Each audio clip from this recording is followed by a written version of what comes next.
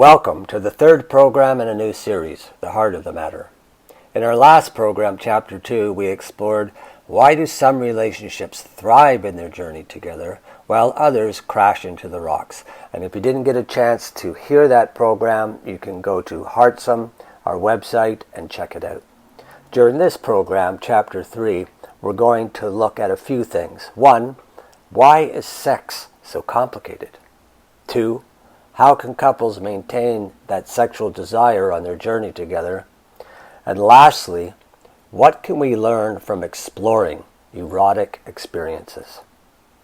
I remember the morning after being intimate with a woman, we were drinking coffee the next morning and she said, "That was fun last night." It was the first time I heard the word sex and fun in the same sentence.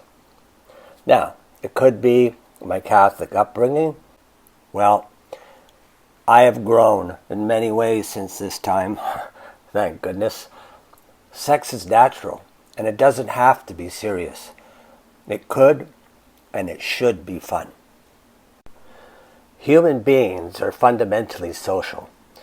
We don't do well lonely and isolated. Isolation makes it difficult to thrive.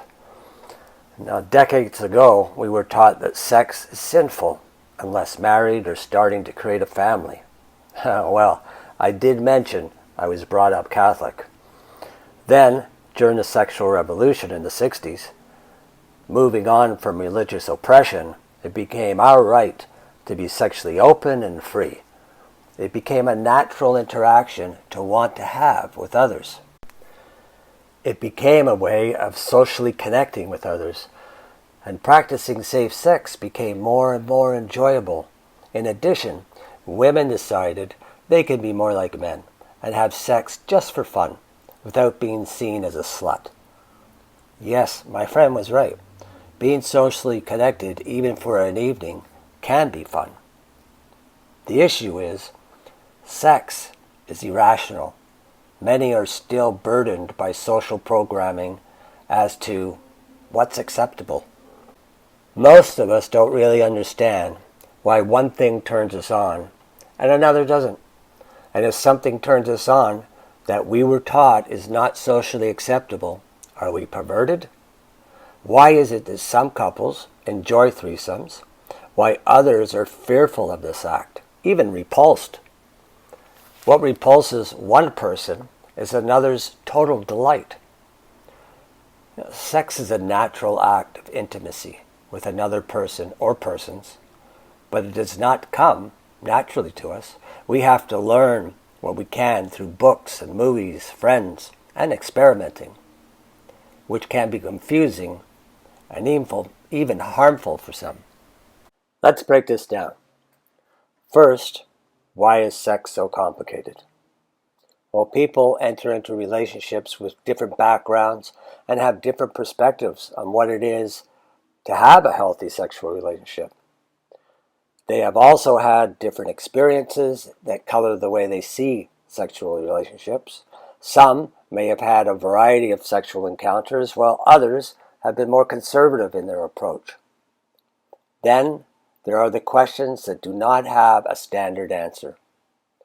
Should you have sex before marriage? How many sex partners is appropriate before settling down into a family? Should a couple be monogamous? Or is it okay to have an open relationship? What types of acts and positions are acceptable? It's a very long list, and it's not surprising that sex gets complicated. This is why it's very important to know your lover's sexual views, experiences, and differences before you go on your lifelong voyage together.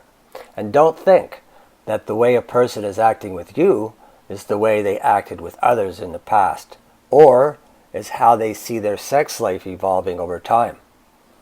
Often when people first meet, start dating, they'll be conservative, not wanting to freak their date out or scare a potential life partner away before they get to know each other. But get to know each other you must. When starting the date, if your partner can't talk about their views, needs, and wants, This is a red flag. It's better to be honest and transparent and demystify natural, physical, and spiritual encounters. That is a solid beginning. Second, once a couple has decided to commit to a life journey together, how do they maintain a desire for each other over the years? Many years sometimes. Hopefully. Remember, the quality of your relationship can determine the quality of your life. And as Esther Perel asks, can we desire what we already have? Before people decide to commit to the one, they are free to do as they please. For example, when women become married, their freedom to be with another because they are turned on is diminished.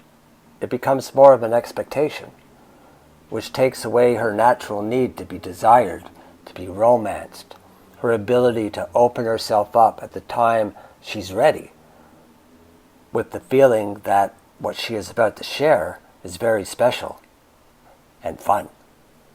When men become married, their need to be a champion, a provider, and enjoy the pleasure of caring for their family becomes an expectation. And in some cases, this expectation becomes a deep hole that can no longer be filled. We all want a happy love life, and one that lasts. Yet, once married, and after the honeymoon phase, we start to settle. We become comfortable, which is a good thing, but we can also get so comfortable we don't do anything that we're not interested in doing. To keep a healthy mind, we read, play games, learn new activities. To keep our body healthy, we try to eat healthy. Even when we desire that pizza, the burger with fries, we try and make healthier choices. We go to the gym and work out, even when we're tired, completely exhausted. We still make it to the gym, and I have never met a person who says they feel bad when leaving the gym. They have more energy, they feel less stress, and they feel happy. But when it comes to intimacy with our spouse, if we're not in the mood, we just don't try. And when we stop trying to please each other, this affects more than the bedroom. As with the gym analogy, at times you may not be in the mood, but after a moment of lovemaking, you feel relaxed and often more connected. All of this keeps the individual and the relationship healthy. We should want to put the same amount of attention and effort that goes into our jobs and our physical health into our relationships. When we stop taking care of our relationships, when we stop taking care of ourselves and each other, when we stop being curious about our partner, it leads to the decline. The decline and then the end. Desire. While men and women approach a time in their life where they want to settle down, they're ready. They want to have one lover, a family, security, some predictability, a routine. But we never lose that need for something new, a spark that excites us, adventure, novelty, mystery, which makes us feel that we're growing and expanding. Too often we look for security and adventure from outside ourselves, which can be the catalyst to the blame game and jealousy. What I'm saying is, if we depend on others for security, routine, and pleasure, when having a life partner defines us, we create fear of loss. And fear, my friends, is the foundation that judgment, blame, and jealousy is built on. In North America, jealousy is not acceptable. It just isn't. Because jealousy implies ownership. The truth is, even when married, we never own a lover. Until death do us part, it's not really applicable anymore. And we can love them and definitely respect them. But we should know that our partner is free to leave at any time. Esther Perel talks about jealousy and says in her talk, in North America, things are very different. As I mentioned, jealousy is not acceptable. But if you go to places, she mentioned South Mexico and south of that, Southern America, there's an acceptance that when a partner is jealous, they are in love. They are in the midst of their erotic rage. And they are alive, not a victim. And they know they don't own the person, but they love them. And they are capable of and willing to fight for their relationship and reintroduce the flame. And instead, if I will punish you, they tap into the energy of love and passion. And from this place, they show dignity. What can we learn from erotic experiences? We can learn from erotic experiences when we remove fear of loss. This fear of loss, which also creates jealousy and rage. When we remove fear of someone else bringing more pleasure to our partner than we think we have been able to bring, now we're standing on a strong foundation. We need to remove the fear of the unknown, because this unknown is the same unknown and adventure that we crave. And this is the paradox. When we give our heart to a person, when we commit to a long-term journey together, most of us don't care about past sexual partners, but once we commit to this life journey, some become possessive. When we are with the right person, we can commune mind, body, and spirit. Yet, so many focus on possessing the body. Why? Many see sex as the gateway to sustaining or removing love from their relationship. What can we learn from escorts?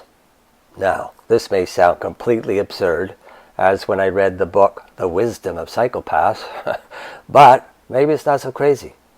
Let me ask you, are escorts prisoners of their situation, addicted to easy money? Are they prisoners of sex, incapable of love and a committed relationship? Or are they free, independent women who enjoy exploring sex in all its forms, while at the same time being therapists to those in need, providing their clients with a range of social connections from a hug, forms of eroticism that their clients can't get at home or by themselves?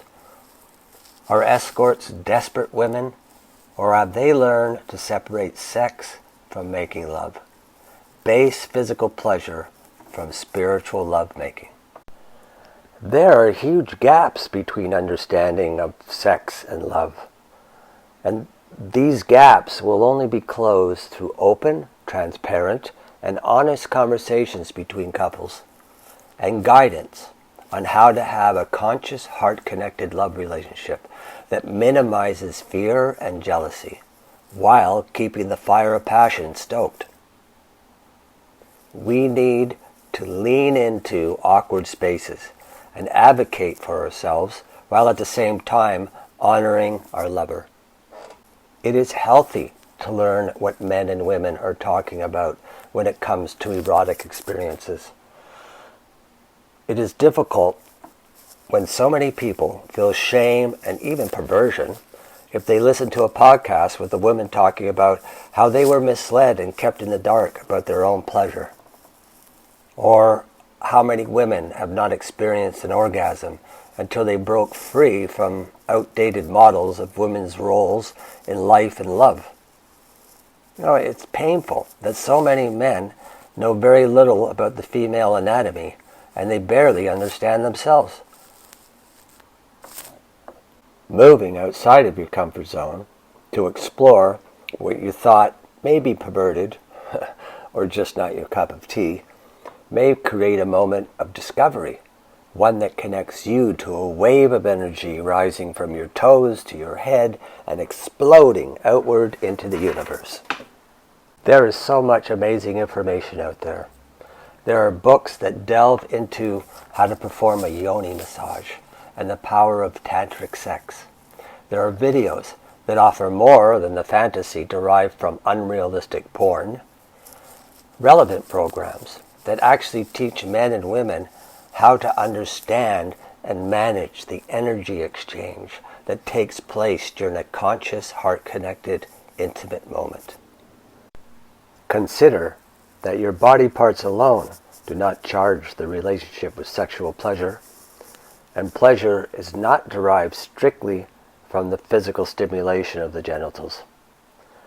Pleasure is derived from soul-connected love, a synchronized, fearless, free-flowing, honest exchange of energy between people.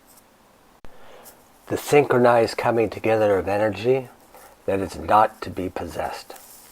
As soon as you try and possess sexual energy, you try and control the inner being, and desire fades. It becomes the beginning of the end.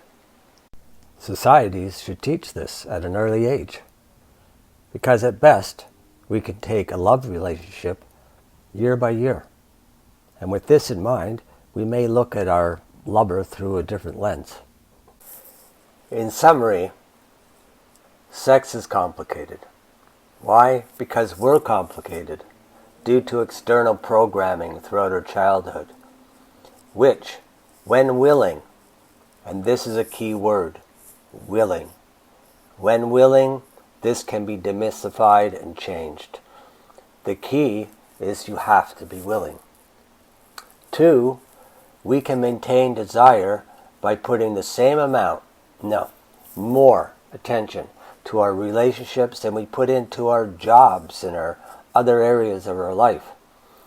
And if you feel you can improve your career or your health, work on all 3. They link together. They complement each other. Do we learn from erotic experiences? I believe we do. Be curious. Being curious keeps the fire burning in our life and in our love. It is stepping outside of our comfort zones and using experiences over fear to make choices that will make and keep the passion alive. At the end of the day, sex is truly pleasurable. And we can keep the passion alive by transcending our fears, our neediness, our ego, our hidden expectations, and our need to be possessive. We must focus on rising above all of this to embrace a conscious, heart-connected relationship, freely and safely sharing our energy with one another as human beings. In our next chapter, we will explore how hidden expectations sabotage our life and love. In the meantime, have a look at the course Fearless Love, recommended for individuals and couples interested in casting off fears that have held them back from what they desire and are capable of manifesting in their life and love. I wish you a life exhilarated by curiosity and intoxicated with never-ending romance.